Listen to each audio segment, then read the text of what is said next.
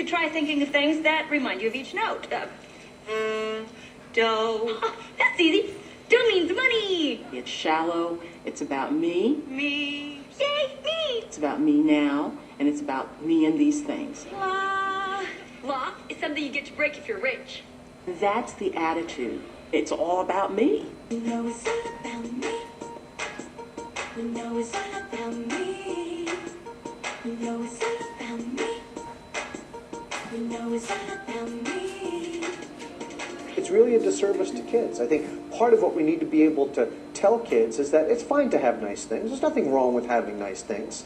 But don't mistake that for happiness and satisfaction. In about 20 years, what do you want to be? Oh, I want to be a baseball player. A teacher. I want to be a policeman. When I first started seeing children as a psychotherapist about a quarter of a century ago, I would routinely ask them what they wanted to be when they grow up, and would hear things like a nurse, an astronaut, or some profession that seemed glamorous to them. By the way, what does your father do for a living? He designs Designs what? missiles. Missiles. And what are you going to do? I'm going to be a postman. And why do you want to be a postman? There isn't so much to it, and you can read the postcards. Around the late 80s, it started to change, and I started to hear children answer that question with the word rich. When I grow up, I want to be rich. I want to make a lot of money. I want to have a lot of stuff. How we doing today, twice my son? Bacon, bacon, mini-me. And we ain't faking, son, to do A little shaken. The commercialization of childhood is permeating their lives. We're talking about a profound remaking of their psyche. In that world of materialism, kids are not allowed to be kids anymore. They have to grow up fast. We see it in the way they're being asked to dress, the violence they're being asked to navigate, and what's getting squeezed out is childhood.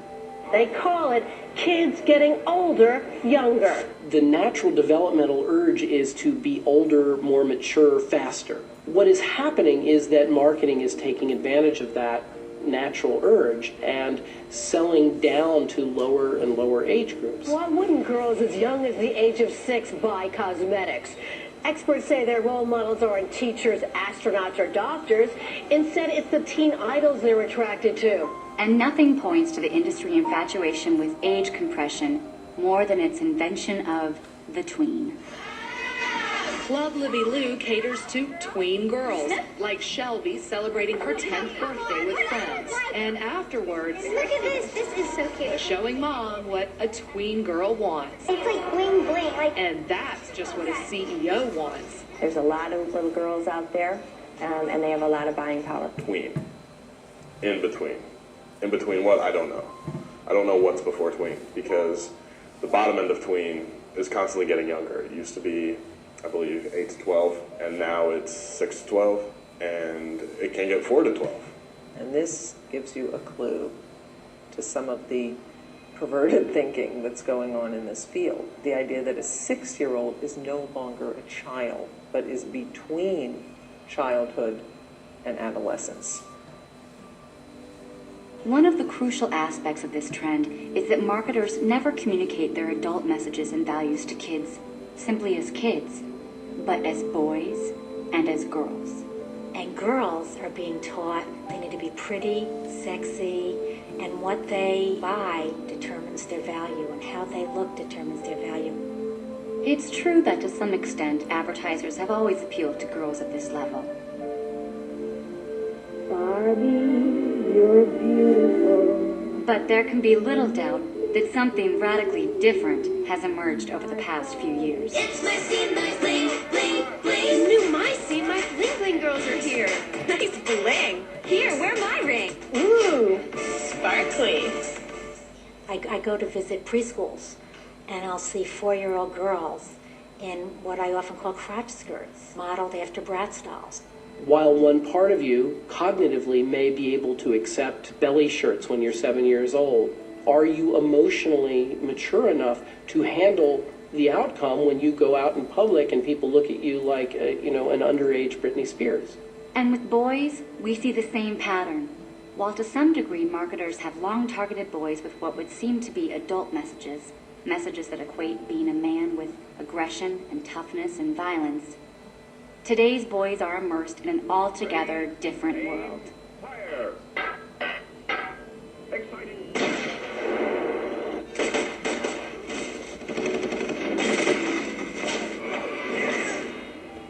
With boys, what we see is the use of images of violence, power, domination at very young ages. With video games, for example, we went from 16-bit to 32-bit to 64-bit to 128-bit technology in about 5 years. What that means is that we're getting closer and closer to virtual reality.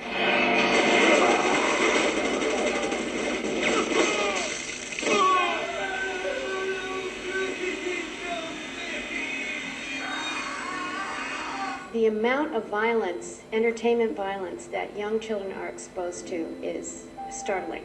They're getting a message that when you have conflicts, you fight with violence, that you have to fight in order to resolve your differences. That's what you do.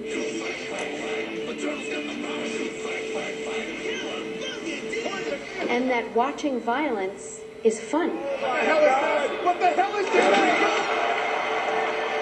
It's entertaining.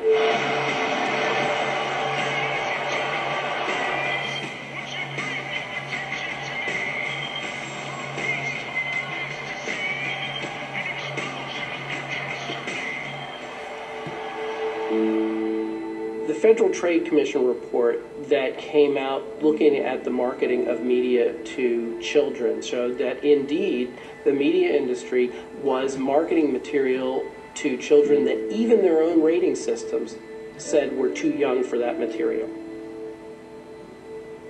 Clearly, there were times during the period discussed in the FTC report when we allowed competitive zeal to overwhelm sound judgment and appropriate standards. So the very people who are making the product are telling you what's appropriate for kids. And there has been a shift in the space of a decade of one full ratings point.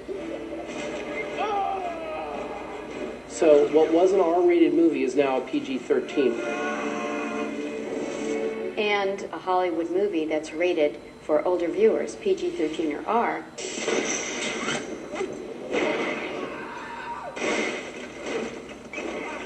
has a whole line of toys and products marketed to children 3, 4, and 5 years old. New Itsy Bitsy Spider-Man. Despite growing concerns about the industry's explicit strategy of age compression, its drive to reach kids at younger and younger ages has only accelerated. The result is a massive and growing toddler industry that almost from the womb now blankets babies in brands. The marketer is interested in getting to that child at the very, very beginning to begin to shape that child's worldview, to begin to shape that child's brand preferences, to begin to basically tell the child, in a sense, what that child needs in order to have a meaningful life. And that's where we see, as mothers, that's our job. It's not theirs.